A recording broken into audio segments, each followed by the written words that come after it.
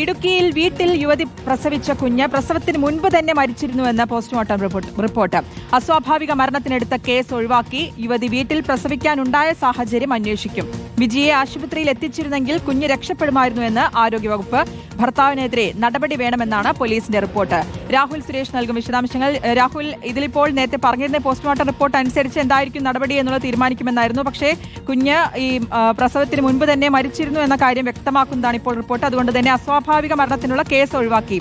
പക്ഷെ അപ്പോഴും എടുത്തു പറയുന്ന ഒരു കാര്യം, കുഞ്ഞ് രക്ഷപ്പെടുമായിരുന്നു ഈ വിജിയെ ആശുപത്രിയിൽ എത്തിച്ചിരുന്നെങ്കിൽ എന്ന കാര്യമാണ് ആരോഗ്യവകുപ്പ് ചൂണ്ടിക്കാട്ടുന്നത്. ഇനി എങ്ങനെയായിരിക്കും നടപടികൾ ഉണ്ടാവുക?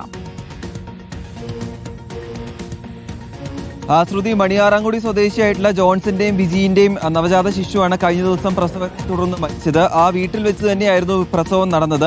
പക്ഷേ ഈ വിജി ഗർഭിണിയായത് മുതൽ ഈ പ്രസവം നടക്കുന്നവരെയുള്ള സമയത്ത് ആശുപത്രിയിൽ വിജി എത്തിച്ചിരുന്നില്ല എന്നാണ് ആരോഗ്യ വകുപ്പ് ഉദ്യോഗസ്ഥരും പഞ്ചായത്ത് അധികൃതരും വ്യക്തമാക്കുന്നത്. ആദ്യം മുതലേ ഈ വിജിക്ക് കൃത്യമായ ചികിത്സ നൽകിയിരുന്നുവെങ്കിൽ ഈ കുഞ്ഞിനെ ജീവനോടെ രക്ഷിക്കാമായിരുന്നു എന്ന് പറയുന്നുണ്ട്. ഇതിലെന്തായാലും തുടരന്വേഷണം ഇപ്പോഴും നടന്നുകൊണ്ടിരിക്കുകയാണ്. ഇതിൽ ചൈൽഡ് പ്രൊട്ടക്ഷൻ കമ്മിറ്റിക്ക് പോലീസ് റിപ്പോർട്ട് നൽകുകയും ചെയ്തിട്ടുണ്ട്. അതായത് ഭർത്താവായിട്ടുള്ള ജോൺസണെതിരെയാണ് പോലീസ് റിപ്പോർട്ട് നൽകിയിരിക്കുന്നത്. ഈ യുവതിക്ക് ആദ്യം മുതൽ തന്നെ ചികിത്സ നിഷേധിക്കുകയും ചെയ്തിട്ടുണ്ട്. അതാണ് കുഞ്ഞു മരിക്കാനുണ്ടായ ഒരു സാഹചര്യമായി സംശയമുള്ളതെന്നും ഈ റിപ്പോർട്ടിൽ പറയുന്നുണ്ട്. ഇനിയിപ്പോൾ ചൈൽഡ് പ്രൊട്ടക്ഷൻ കമ്മിറ്റിയുടെ നിർദ്ദേശപ്രകാരം അല്ലെങ്കിൽ അവരുടെ തീരുമാനപ്രകാരമായിരിക്കും ജോൺസണെതിരെ നടപടി ഉണ്ടാവുക. പോലീസ് പറയുന്നതനുസരിച്ച് ജോൺസണെതിരെ നടപടി ഉണ്ടാകും എന്ന് തന്നെയാണ്. കാരണം ഒരു കുഞ്ഞിന്റെ ജീവനെ ബാധിക്കുന്ന രീതിയിലുള്ള പ്രവർത്തനങ്ങളാണ് ജോൺസന്റെ ഭാഗത്തുനിന്നും ഉണ്ടായതെന്ന് പറയുന്നുണ്ട്.